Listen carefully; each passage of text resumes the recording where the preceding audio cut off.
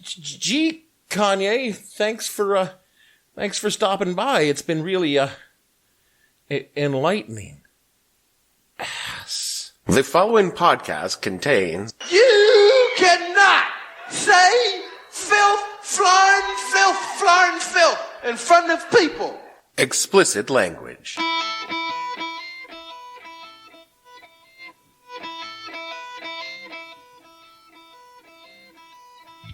Hello and welcome to the podcast that asks a simple question.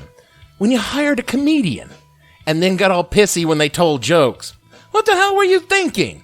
I'm your host, Dave Bledsoe, and this is a Friday, May 4th, 2018, Speak of the Pompitous of Trump edition of the show, where we take a look at the jokers and the smokers of the White House Correspondents' Dinner and find that we really love Michelle Wolf's peaches. Stay tuned.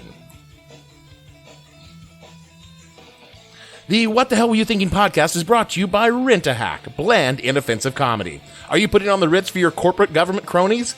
Or need the least excited comedic host you can find? Try Rent-A-Hack. We provide only certified, vetted, unfunny comedians whose material is scientifically proven to never offend or elicit a laugh. Just like these. Did you hear about the man who stole a calendar? He got 12 months. Or what did Batman say to Robin before he got in the car? He said, get in the car.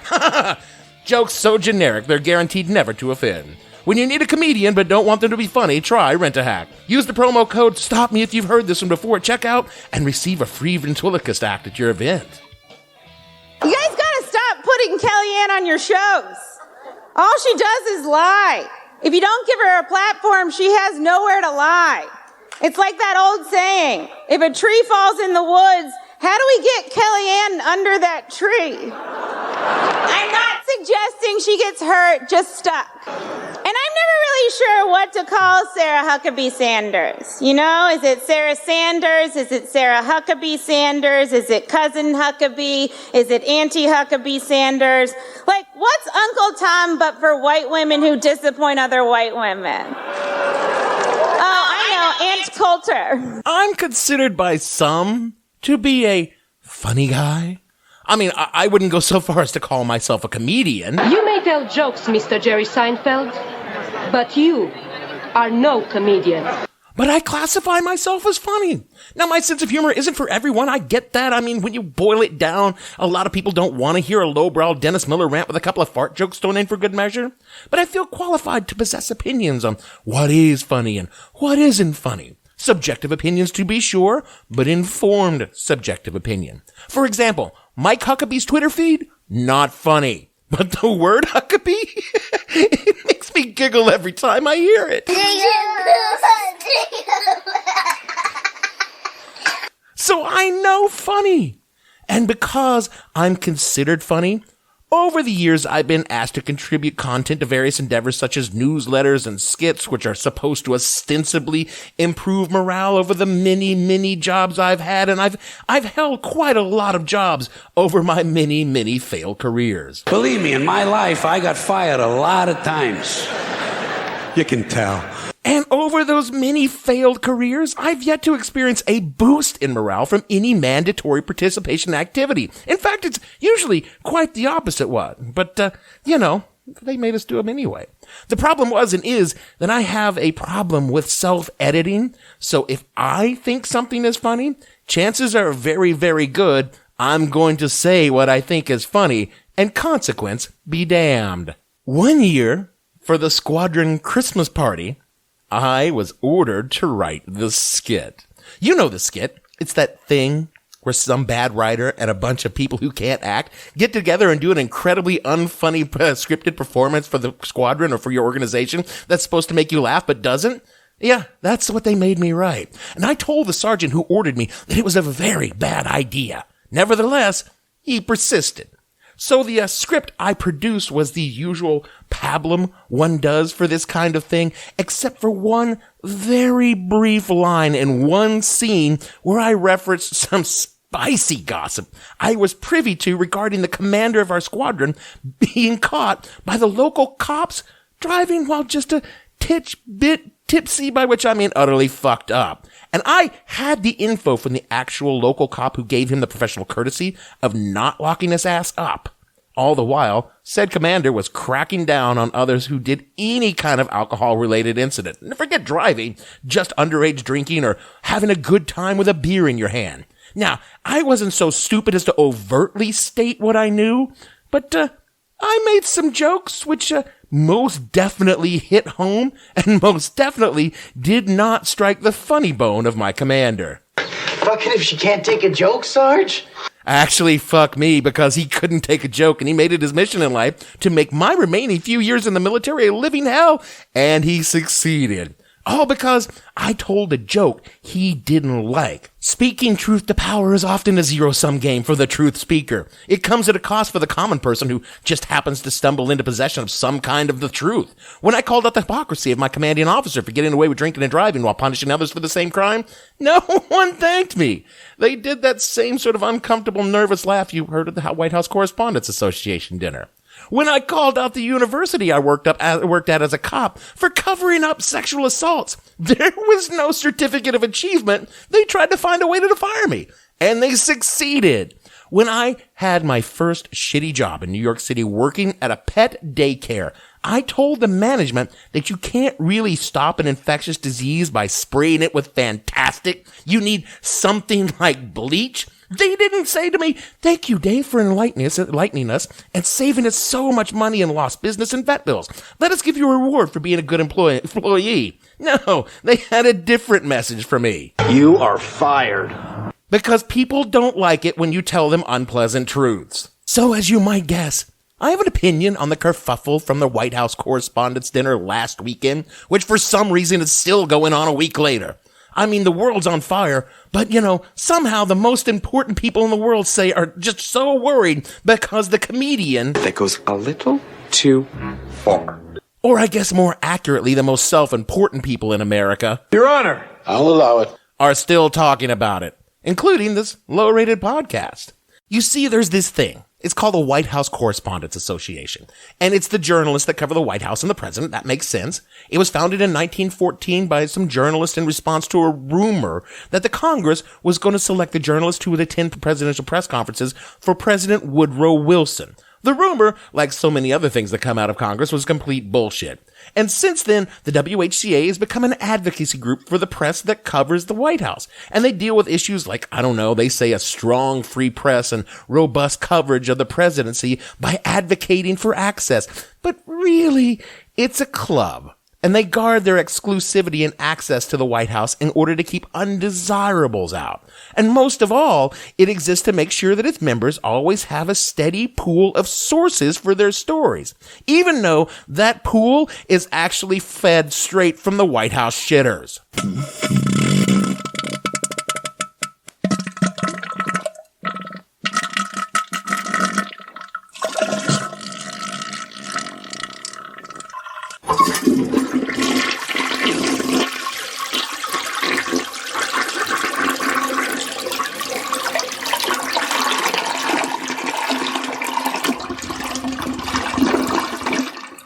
Every year, the WHCA hosts a little event where they get together and they talk to each other and then have some drinks and they just have a good time. It's called the Lickspittle Dinner. That's not what it's called. Sorry, it's the White House Correspondents' Dinner. But they also call it Nerd Prom. It's a chance for reporters to gather with the people they cover and engage in some social fellatio. And then, for some reason, famous people are invited that's never adequately explained. It's been going on since 1994, and each year, the dinner has a comedian come in and do some jokes. Now, this year, a mean lady by the name of Michelle Wolf, a comedian and writer for shows like Seth Meyers or The Daily Show, came in. And this mean lady, as you heard at the top of the show, said some hurtful things about the people in the White House when she accurately and correctly called them out on their bullshit. When the mean lady did all that hurtful truth-telling, people got mad. I would not say such things if I were you. I mean, you simply cannot go up on the stage and start telling things like the truth to groups of people whose entire life and livelihood is dependent upon the constant transportation of bullshit, while if all of a sudden you put truth into their veins, the shock to their systems would kill them. Naturally, the Republicans were offended when Michelle turned the hairdryer of honesty on their precious snowflake persons. Matt Schaap, who runs the annual Conservative Political Action Conference, an annual gathering of the worst human beings of America. It's sort of a Republican Klan rally. He got up and walked out of the dinner in a huff, saying he was tired of being ridiculed by out-of-touch elites. But not so much of a huff that he didn't go to the after parties. Open bar, dude! Fox News blonde Tomi Lahren said, quote, Saturday's White House Correspondents' Dinner proved once again that hate, sexism, and bullying isn't tolerated unless it's aimed at conservatives or the Trump administration. Then it's comedy, unquote.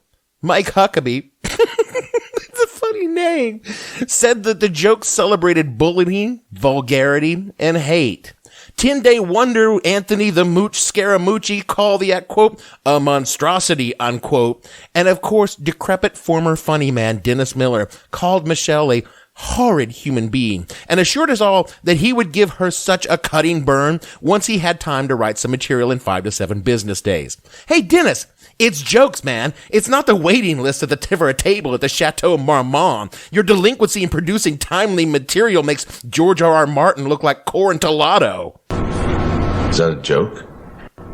Well, yeah, it's a Dennis Miller joke. It paired obscure references designed to demonstrate the intellectual prowess of the teller while simultaneously denigrating the object of the joke. I mean, if I have to explain the joke, then it just doesn't work. It's not funny. It just makes you sound like a pompous asshole. Now I see it. Now I'm saying it. The response of conservative snowflake sapiens is expected and even understandable, but the so-called liberal media also twisted their undergarments into non-Euclidean shapes over Wolf's set. Maggie Haberman of the New York Times tweeted out, Sarah Huckabee Sanders absorbed intense criticism of her physical appearance and her job performance and so forth. And instead of walking out on national television, she was impressive. I had mad respect for Maggie Haberman, who I truly believed was holding Trump's pale tiny toes to the fire. But come on! Sarah Huckabee Sanders' job performance is a fucking national disgrace, and her behavior is that of Aunt Lydia from The Handmaid's Tale, just like Michelle Wolf said. She sold out women everywhere, and if being a lesbian softball coach seemed a bit cruel to people, well, fuck it. I say being a lesbian softball coach is both worthy of respect and, frankly, a much better use of Sarah's time rather than throwing gas on the burning embers of the fucking rule of law. All she does is lie. I mean, sure, press secretaries lie, but Sarah Huckabee Sanders, everything that comes out of her mouth is a lie. Even the ands and the buts and the ors. Sure, the entire Trump administration is an exercise in egregious prevarication, a fountainhead of falsehoods, a plethora of perjury, a basilica of subterfuge, a citadel of calumny, and a veritable evangelical of evasion. But Sarah Huckabee Sanders is the queen of bullshit. I mean, Trump is an emperor, but Sarah is the walk-on star that swept all of our hearts with her blank-faced monotone monotony of disingenuous skull-fucking dishonesty. Kellyanne Conway is a mere Padawan to Sarah Huckabee Sanders' Darth Mendacious. So I'm having a little bit of a hard time ginning up some compassion for her. But the worst response, hands down, came from the head of the White House Correspondents Association, Margaret Tlaib, who issued a groveling statement apologizing for the fracas. Quote, last night's program was meant to offer a unifying message about our common commitment to vigorous and free press, while honoring civility, great reporting, and sponsorship winners, not to divide people. Unfortunately, the entertainer's monologue was not in the spirit of that mission. What the fuck does that even mean? It means please don't stop leaking to us. We're sorry. Fuck. You people are reporters. Did you even Google Michelle Wolf before you hired her? Because you would have known that she was going to do exactly what she did. This is from November of last year. Oh, guys, what a time to be alive, huh? Aren't we having fun? I think no matter whether you're a Republican or a Democrat, we gotta give Trump credit when he deserves it. Like, he pulled out of the Paris Agreement. And I think he should get credit for that because he said he was going to pull out, and then he did, and that's a refreshing quality in a man. Most men are like, I forgot. I'll get you next time. Oh my God, there's going to be a next time? And people say romance is dead.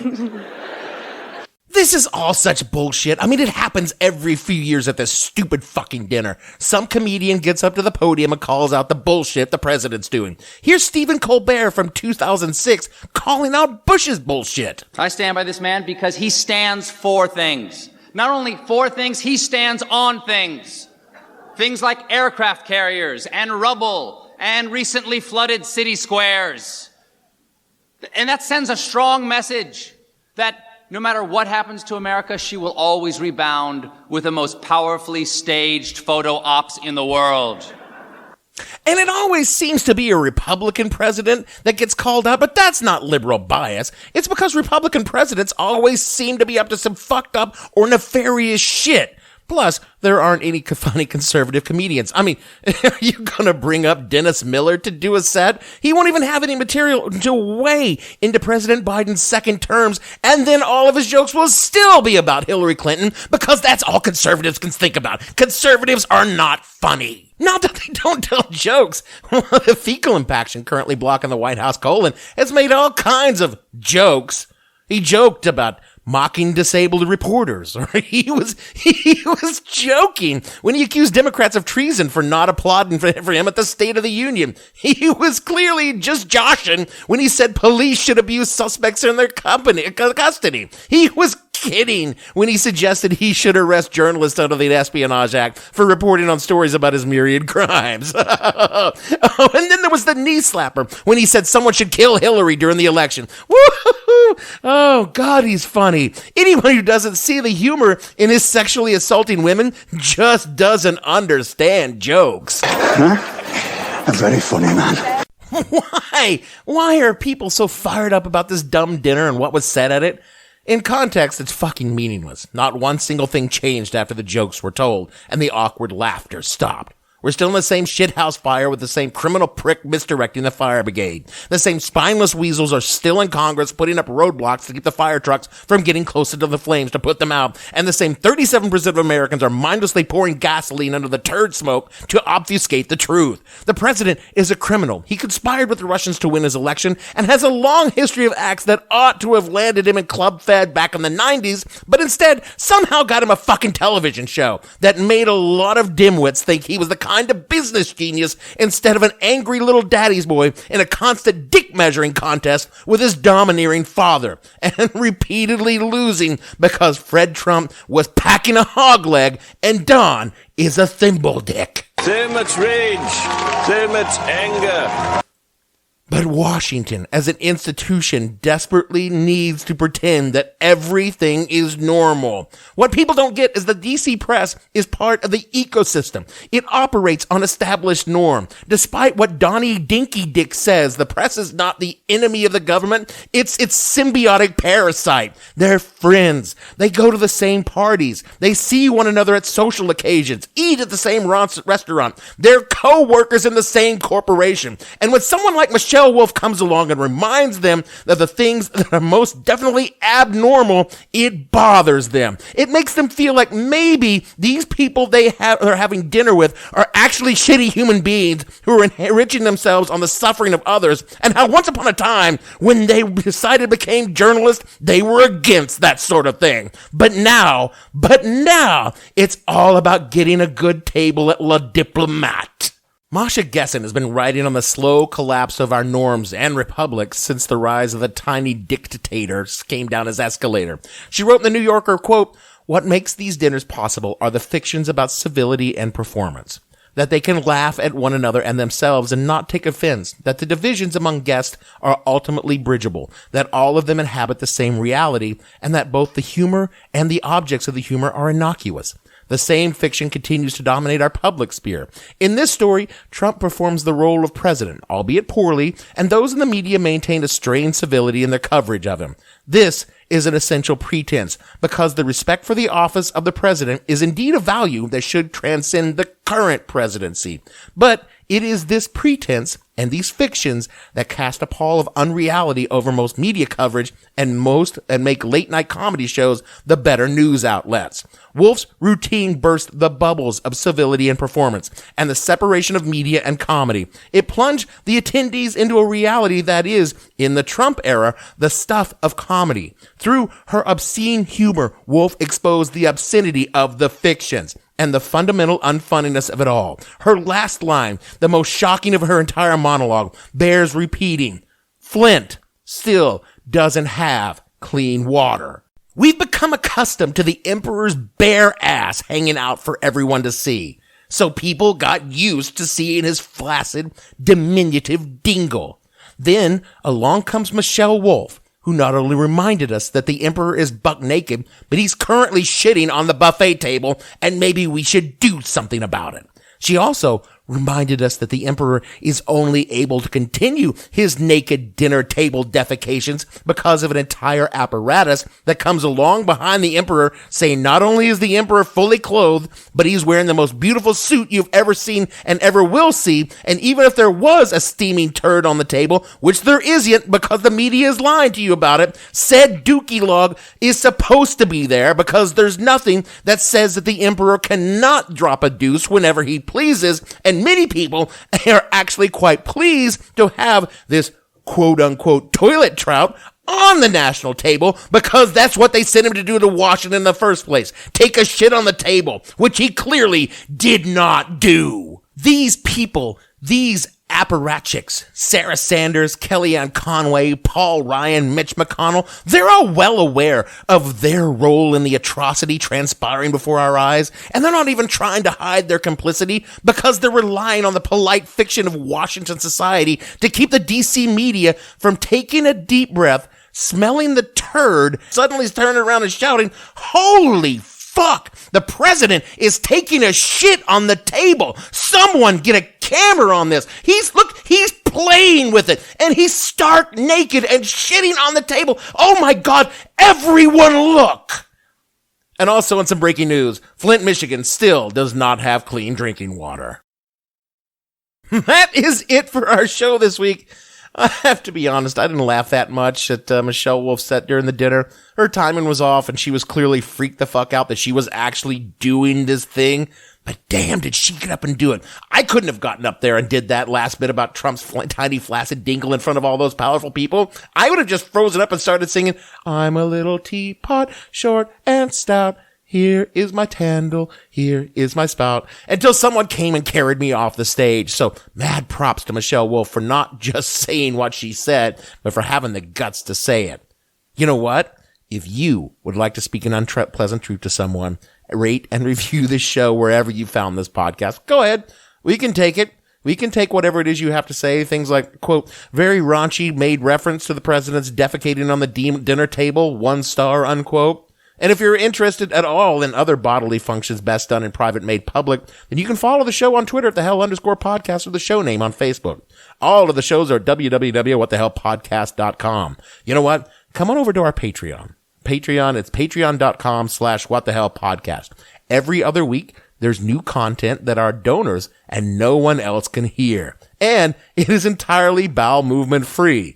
At the moment, you never know what you might hear in the future. $1 gets you access to about 73 cents of entertainment. We're on a blockchain, and apparently the comedy podcast market is very much in flux. So, for me, Dave, senior White House correspondent Bledsoe, producer national correspondent for Naked Presidents Gavin, and all the other fictional local correspondents on this show, we want to say, some people call us the Space Cowboy. Some call us the Gangster of Love. But we really prefer movies. We'll see you all next week. Some people call me Maurice, 'cause I speak of the Pompitous of love. People talk about me, baby. They say I'm doing wrong, doing wrong. Well, don't you worry, baby, don't worry, mama, 'cause I'm right here, right here, right here, right here at home. 'Cause I'm a picker, and I'm a grinner, 'cause I'm a lover, and I'm a sinner.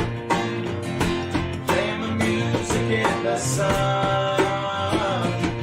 I'm a joker, I'm a smoker, I'm a midnight toker. Get my loving on the